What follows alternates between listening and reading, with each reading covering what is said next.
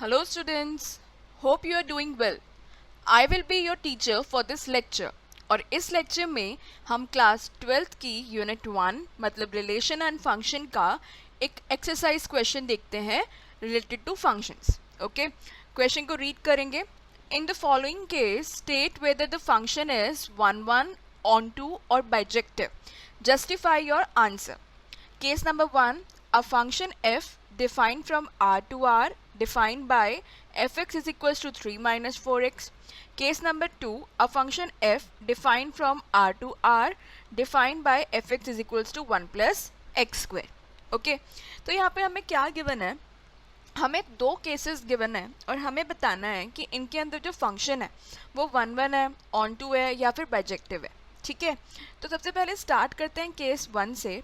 उसमें हमारे पास function set of real number r से r पे डिफाइन है और fx की डेफिनेशन हमें दी है 3 माइनस 4x. ठीक है, अब वन बाय वन हम देखते हैं.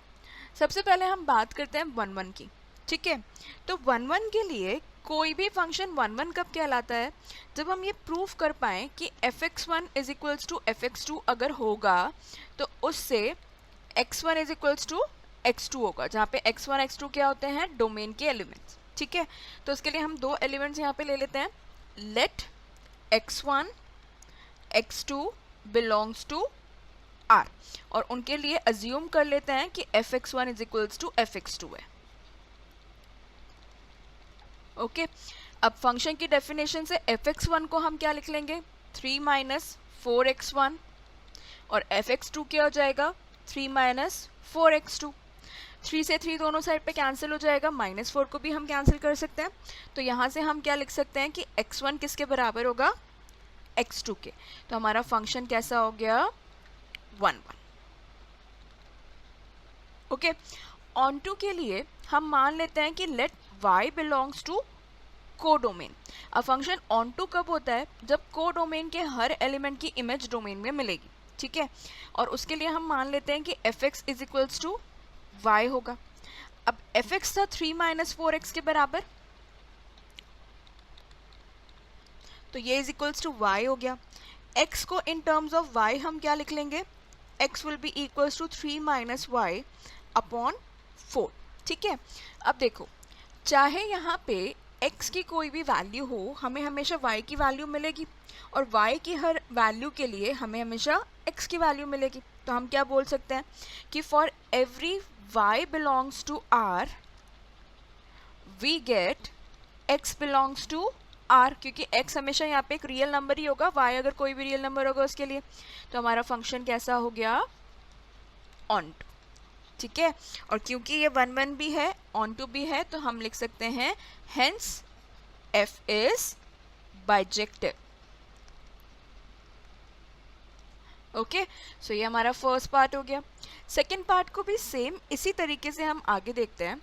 सेकेंड पार्ट में हमारे पास फंक्शन दिया है f defined from r to r और इस फंक्शन की डेफिनेशन हमें दी है fx is equals to 1 plus x square. ठीक है, सेम उसी तरीके से आगे बढ़ते हैं. Late x1 x2 belongs to r मतलब कि डोमेन, और उसके लिए हम मान लेते हैं कि fx1 is equals to fx2 है. ठीक है, अब यहाँ पे fx1 क्या हो जाएगा, 1 प्लस x1 का स्क्वायर और fx2 क्या हो जाएगा, 1 प्लस x2 का स्क्वायर. ठीक है, सो 1 से 1 कैंसिल हो गया, तो यहाँ से हमारे पास क्या आएगा, x1 का square is equals to x2 का स्क्वायर. ठीक है, अब देखो, अगर दो नंबर्स के स्क्वायर इक्वल होते हैं तो ज़रूरी तो नहीं होता कि वो दोनों नंबर इक्वल हो. -2 का स्क्वायर और 2 का स्क्वायर इक्वल होता है 4, लेकिन ये आपस में इक्वल नहीं होते.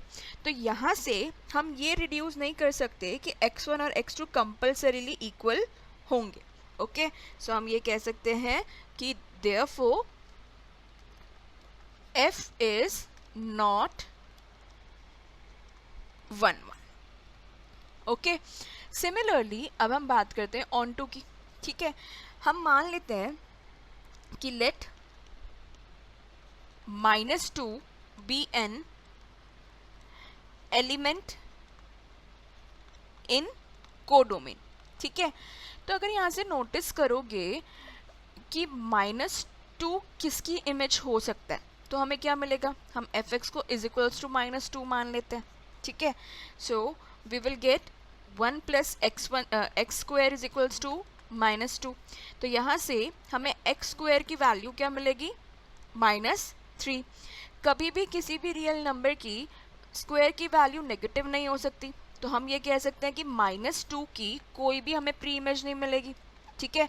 इसी तरीके से बहुत सारे नंबर होंगे जिनकी प्री इमेज नहीं मिलेगी, तो हम क्या बोल सकते हैं, therefore f is not on.